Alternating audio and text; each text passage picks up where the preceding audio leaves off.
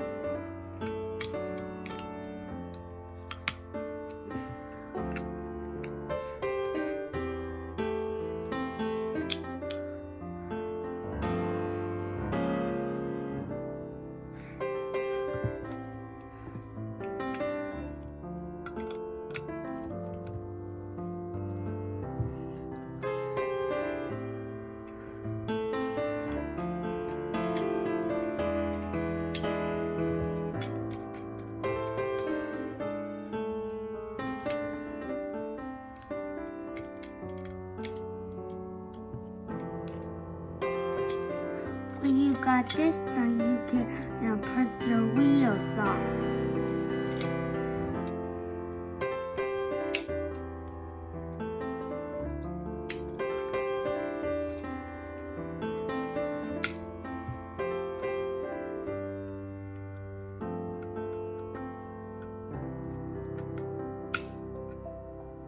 So you are done.